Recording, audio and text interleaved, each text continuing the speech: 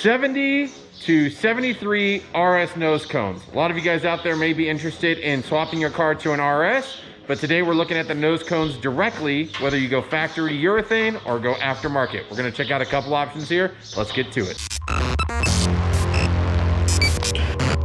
What's going on, guys? Matt over here, Lethal Garage, and yes, we're still on COVID-19 watch. We're wearing our face masks, we're hanging out.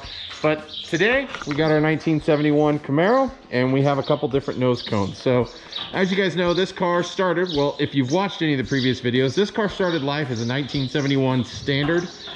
We've done full ground up resto mod on this bad boy. The car is in really good shape.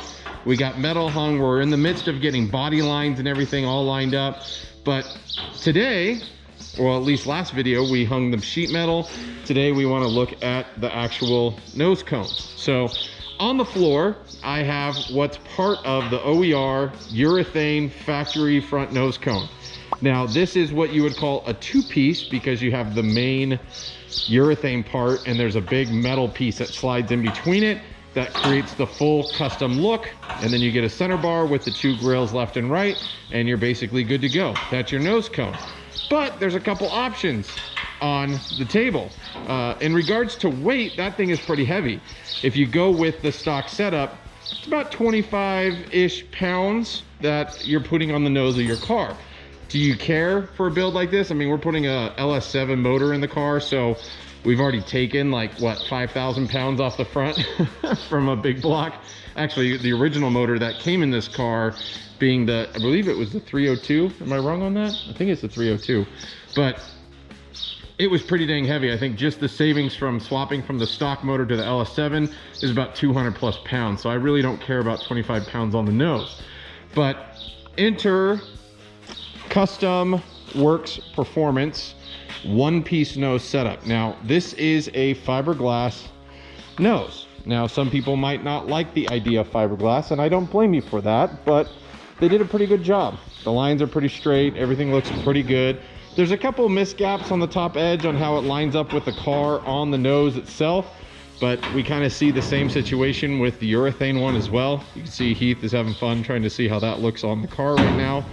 But this setup is really clean, and what it does is it eliminates the metal piece that sits in here and allows for a full body color painted inside nose cone. Now, I saw this nose on a completed car at SEMA and I fell in love with it. So I reached out to Keith. I got one on order a long time ago. I think I ordered it, God, it's been 9 months, 10 months I've had this now, sitting at the Lethal Garage. And it's still, all the other parts still bolt in here. The divider, the left and right setup. The biggest thing is it's fiberglass. You eliminate the big metal panel that goes in there and you save 25 pounds. And it installs very much the same way. You can see you could do this. It's so light you can do it one-handed versus the urethane, but you can kind of see the look. But the benefit is you get a nice solid painted setup. Now I'm going to put some pictures here to show you exactly what it looks like on other cars that were completed, because obviously we're really far away from having a completed look.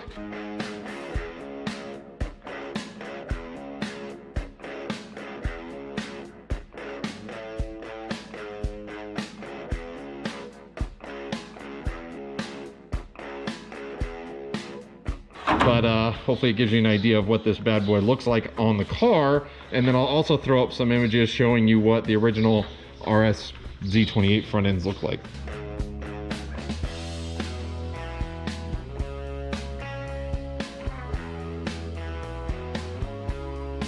All in, it's about a $500 option. Some of you may think that's a little too expensive. I thought it was worth it, at least because I wanted that nice painted complete look on the front end of my vehicle. It becomes a personal preference at that point in time, but overall, I think the install of it's going to be a little bit easier. I think the overall look is going to look better, and it's going to achieve the design and feel that I want for my Resto Mod 1971 Camaro.